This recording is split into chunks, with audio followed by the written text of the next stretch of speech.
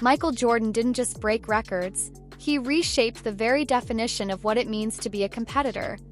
Known as Black Jesus, Jordan had a reputation that extended far beyond his basketball skills. His trash talk was legendary, his mental toughness unmatched, and his ability to destroy careers with a single glance or sentence is the stuff of NBA folklore. Behind every game-winning shot, every dunk, every trophy lies a story of unfiltered dominance. These are the moments that never made it to the highlight reels, the savage mic drop moments that defined Jordan's career. One of the most memorable was in an exhibition game when a rookie named Steve Kerr had the misfortune of seeing MJ's greatness firsthand. Kerr, a late second-round pick, wasn't even sure he'd make the roster. Black Jesus, I'm so sorry. During his first exhibition game, the Bulls were facing his team, and Jordan, being Michael Jordan, held the ball in front of Kerr's bench and casually said, "Watch this." Or talk shit when you're behind school. When you're ahead, it's easy to talk. Steve, what was that first year like? You're playing for Cotton? For Cotton Fitzsimmons.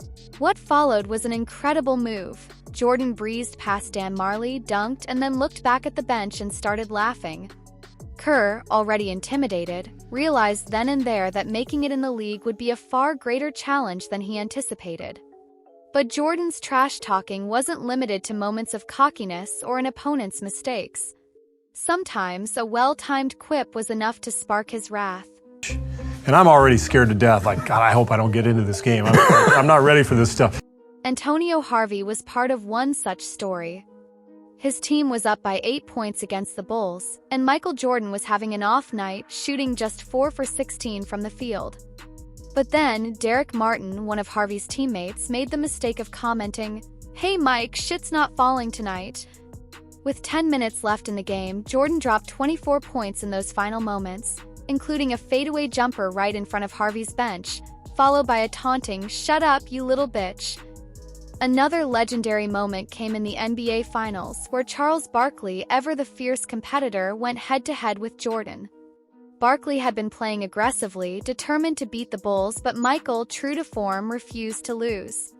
Despite Barkley's 48-point performance, Jordan responded with an astounding 55-point effort, ultimately sealing the game for the Bulls. Later, Barkley admitted to his daughter that there was someone out there better than him, something he had never thought he'd say. Jordan's trash-talking wasn't just mental warfare, it was a message. If you want to talk, you better be prepared for the consequences. The most infamous of these moments often came from his teammates, like Horace Grant, who saw Jordan's trash talk up close. Jordan had no mercy, going after everything and everyone, your wife, your mother, your dog. Nothing was off limits.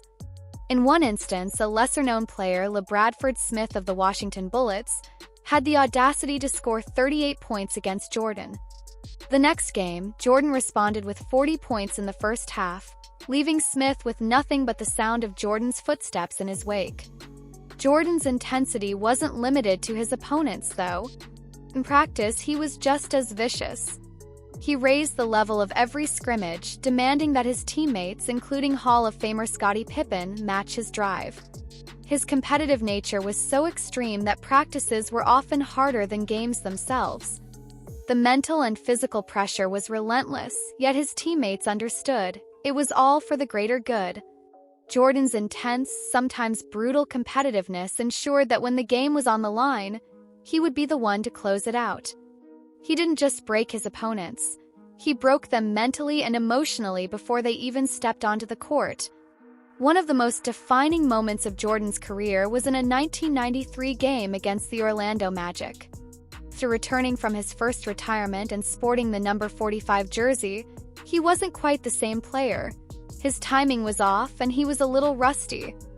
But after Magic's Nick Anderson mocked him by saying, "45 isn't 23, Jordan immediately switched back to his iconic number 23. The following game, Jordan went off, reminding the world why he was considered the best.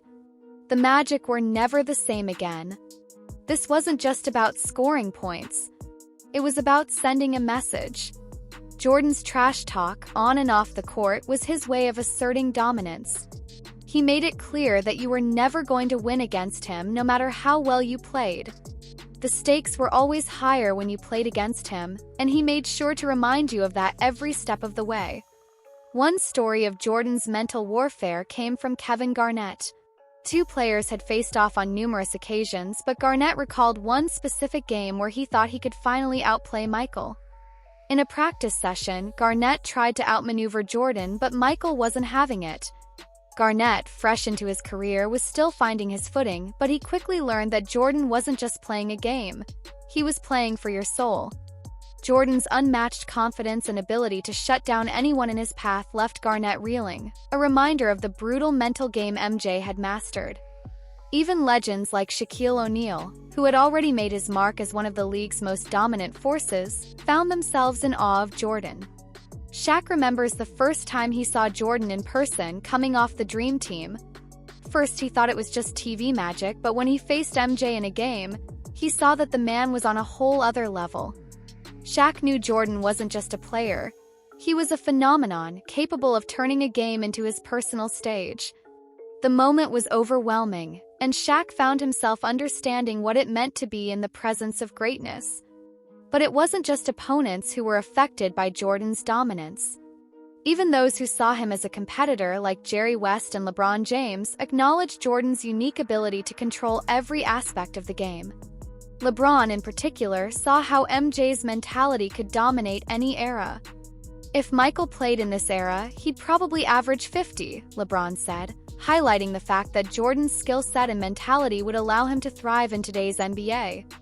When you hear the stories, it becomes clear Jordan was more than a basketball player. He was a force of nature, a competitor who brought the intensity of every moment, every game, and every practice. His mind games, his trash talk, and his ability to rise to any challenge set him apart from every other player in history. It's no wonder why people still debate his place as the greatest of all time, because even in retirement, Michael Jordan's shadow looms large over the game he transformed. The lesson from Jordan's career is simple: never talk trash to Michael Jordan. When he locked eyes with you, it wasn't just a game anymore, it was war. And if you weren't prepared for that, you were already defeated.